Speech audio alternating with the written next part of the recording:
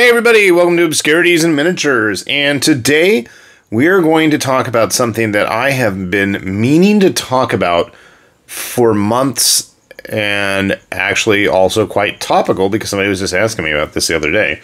So I figured, why not kill two birds with one stone and smash them all together into one video? And we're just going to talk about some Battle Yak models in general. And I've had this guy sitting on my table, literally on the table here, in the way, I'll have you, for probably months now, and I've been meaning to finish filming a video about it. And with the most recent release from Battle Yak with his hyena, what were they called? The heckle fangs. I figured it's finally time. Let's do it. We need to get talking about this again because it just mystifies me how so many people out there, you know, tend to do the same old, and you know, I like when people do their own spin on certain things, but I like when people kind of step out of their comfort zone and do something funky. And I mean, that's a theme that I have mentioned on this channel many times, and if you look at the types of models that I like to look at, and I mean, obviously this is just one humble person's opinion, but, you know, it's mine, and it's my channel, damn it, so I'm gonna talk about whatever I feel like. But anyway, this dude right in front of us is part of the Talon Protectorate, if I remember correctly, and I'm pretty sure I do. And these were like sci-fi Beastmen. Now, this one actually has a helmet on, which was kind of nice. But you can see he's fully encased in armor, and it dawned on me, nobody really has rules for anything like that, and they're not just a straight proxy. I know there's like abhuman, you know, Imperial Guard stuff, but how many decades ago was that a thing? I love when artists just kind of go off and do, you know, screw it, I'm going to make what I want to make. And I believe that's what happened here. And more power to him, dude. We need more of this stuff. Why not have sci-fi Beastmen? And they are literally Beastmen, or if you wanted to have them used as like, oh, I don't know, tieflings or something. I mean, they've got a Beastman look. Sci-fi devils? I don't know. I love these funky shoulder pads. And you can see here, there's all kinds of little supports still stuck on him. It's funny because with Battle Yak's supports, they just come off like butter, but that's because they are so tiny and thin, and it's just like, they break off like angel hair pasta. Every time I try to cook it, it just shatters to pieces, it comes apart. But that's why we're having to deal with, you know, months later. I thought, like, I swear I thought I got all of these little things off, but obviously I didn't. But you can see, so one of the nice things is, since all of Battle Yak's stuff is completely modular, you don't have to use these heads. Slap on whatever head you feel like, especially if you've got access to a bunch of his other files. Why not?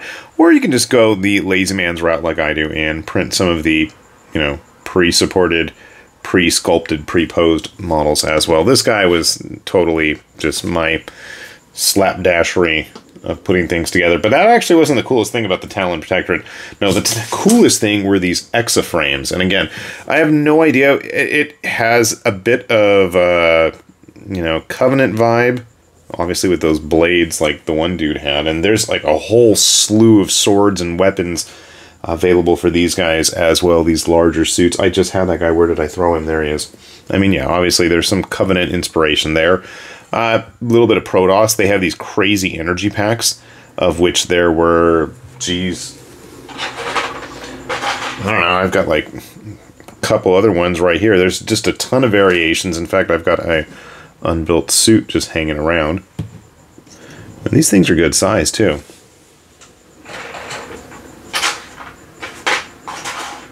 Grabbing some heads to show you here. So you can see here, it's kind of like in a blaster pose. Not the best support removal, I will be the first to admit. I will have to clean that up.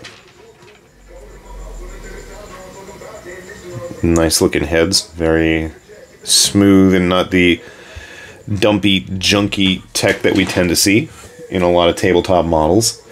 And I mean, we don't really have a lot of Protoss-y type stuff available. And somebody's really blasting their base right now. I can feel the windows rattling. That's fun. So, like I said, nice looking sci-fi suits, vaguely reptilian. Those feet, the tails,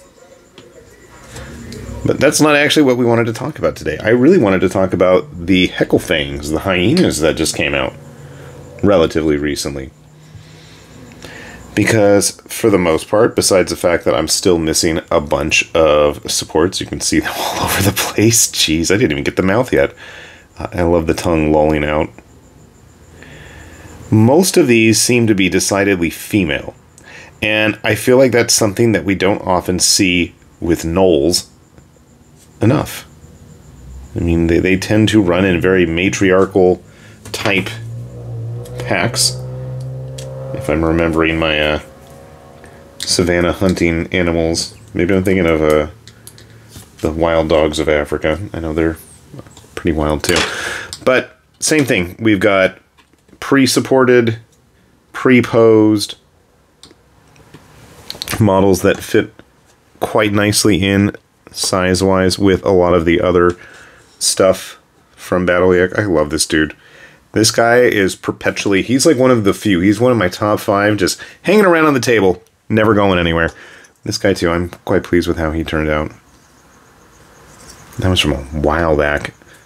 But you can see here, size-wise looks pretty good. Even our Talon guys are pretty similar in terms of scale. Fitting on a 25mm base is going to be a challenge, or a 20mm base at that. But that's not what I wanted to show off. So, yeah, we've got basic ones. One of the interesting things about the entire release, besides having your regular gnolls, was the fact that you have both, these are the same bodies here. You have the iron-collared version, which is obviously a bit more heavily armored. I thought I did the same pose on this one. I guess not. And then you have the standard one in leather. And so you can see there's more armor all over the body. So you have that option on most of them. And then, being gnolls, they need some cavalry, right? I loved these giant hyenas they're on. And again, everything is totally modular. I like this one's got a muzzle. Had to give that to her. See the collar here, so she's got the heavier armor on. And one of the neat things is, if you want, there are all kinds of optional... Yeah, look at all the supports I didn't take off on that, jeez. There's all kinds of optional armor bits if you want to armor them up even more. I actually like the patterning and design of our hyena friend. I'm going to pretend it's a hyena. It looks like a hyena. I'm not going to pretend it's a wolf. And yes, I will go back and clean all this stuff up prior to painting. But that's still not the coolest. The coolest thing about this release were the Hyenataurs. Why have we not had tabletop Hyenataurs? I don't know. And again, since these things are totally compatible with one another, all the arms, all the hands, all those supports in need of removal,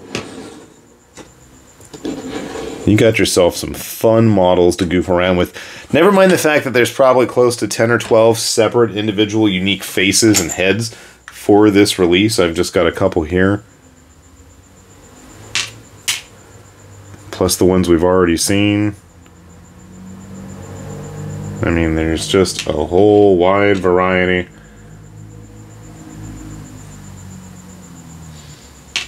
Tons of weapons. You have more of your scrappy, taped together ones, and then you have some more exotic stuff. It's got like paper towel stuck on it somehow. Must have been from when it was drying. They also had a bunch of flails, which I managed to snap every one of that I had. They printed out fine. The supports came off fine. That's called me trying to strong arm things together, and it didn't work out. Shields of various sorts. There's just a lot to be had, and you know what? If you don't like hyenas, there's all kinds of other fun stuff. If you were in the mood for other sci-fi models, I'm pretty sure I've shown this work off before that I just need to get around to dealing with. If you like more heroic, heavy armor guys, that's an option as well. I don't know if, I think he might have been a single piece, which is pretty impressive if it was. Got these little fun dragon spawn things. This ugly, deformed mutant dragons. Because why not, right? Like I said, I like when we have just weird stuff. Those are all eyeballs growing all over it. Fun. Great chaos spawn. So, I've said it before, and I'll say it again. If you haven't had a chance to check out Battle Yak stuff, give it a good whirl, especially if you enjoy the more model-making aspect of this hobby, and you got access to a 3D printer, you're going to have a lot of interesting options available to you. And as always, we will have that link down below in case you want to give it a try and check it out yourself. So, with that said then, this has been High Lord Tamberlane with Obscurities and Miniatures, saying thanks for watching, and we'll see you back here soon. Bye-bye.